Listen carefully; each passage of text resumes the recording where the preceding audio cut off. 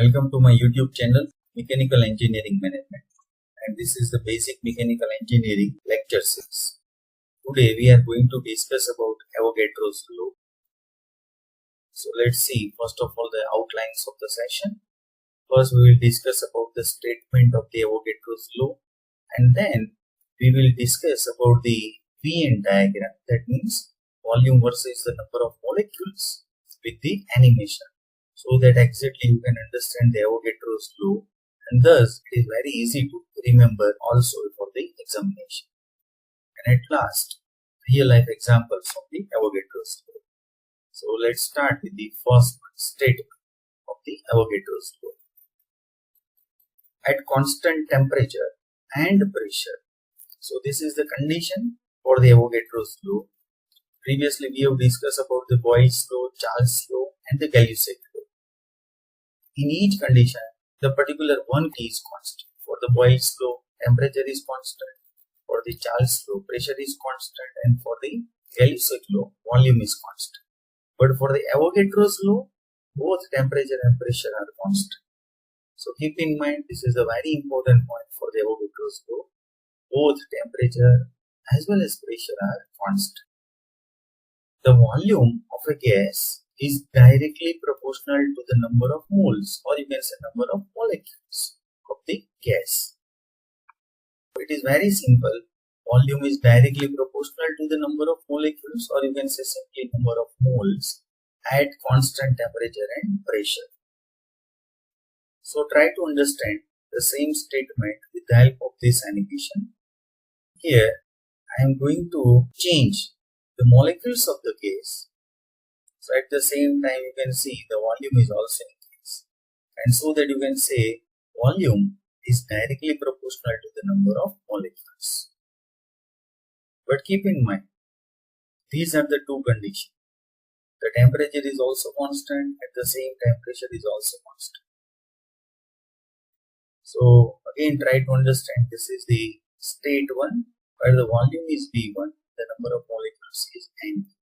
Now if I am going to increase the volume from the state 1 to state 2, here you can see the volume is increased from V1 to V2. At the same time number of molecules is also increased. Here you can see from N1 to N2. So simply volume is directly proportional to the number of molecules. So mathematically you can say volume is directly proportional to the N, where N is the number of molecules, or you can say number of moles. But this is the condition. Temperature as well as the pressure are always constant for the Avogadro's law. So if you put the proportionality constant, then it is the V is equal to C into N, and so that you can understand V by N is always constant for the Avogadro's law. So if I apply the same law for the state 1 and state 2, so you can say V1 upon N1 is equal to V2 upon N2. From this diagram you can understand the volume and the number of molecules is always constant. Here you can see V by N is always constant, that is 22.4 meter for the argon gas, for the oxygen gas and for the nitrogen gas. Why? Because of these are the two conditions.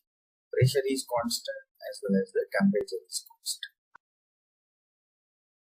Now the graphical presentation.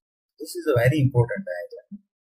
You can understand everything about the Avogadro's law from this diagram. Here you can see this is the state 1, so that it is the volume V1 and molecules N. This is the state 2, and thus it is V2 and N. But for both the state, you can see the temperature is constant as well as the pressure is constant.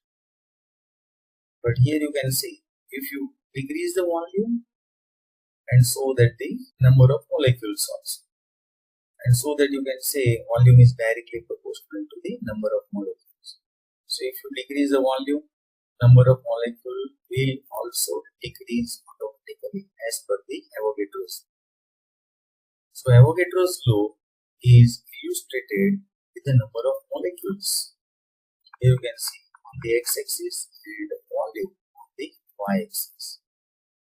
So let's say this is the state 1, so that you can say it is the volume V1 and the number of molecules N1. So if the state is changed from 1 to 2, then corresponding volume is V2 and number of molecules is N2. But the condition is same, temperature as well as the pressure is constant.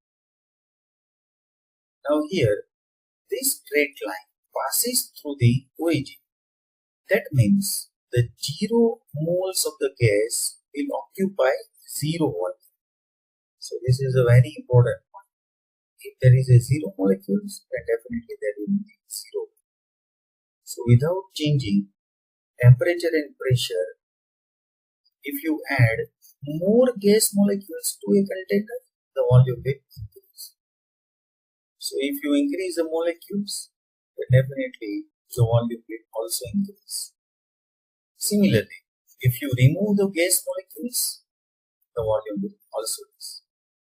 And that's why you can say it is directly proportional. Now let's turn for the real life examples of Avogadro's law. So let's start with the first example, balloon.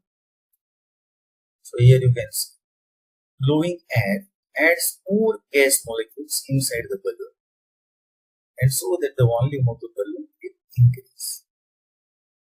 So very simple. If you add more molecules, volume will increase, and so that you can say the number of molecules will directly proportional to its volume. Now this is the second example of the Avogadro's law, breathing. When you inhale, means more gas enters your lungs, and so that increasing the volume of the lungs. So again, N is directly proportional to the volume. Now the third example, vehicle tires. Here you can see adding more air means adding more air molecules inside the tire, then the volume inside the tire will increase. So again you can say N is directly proportional to the volume.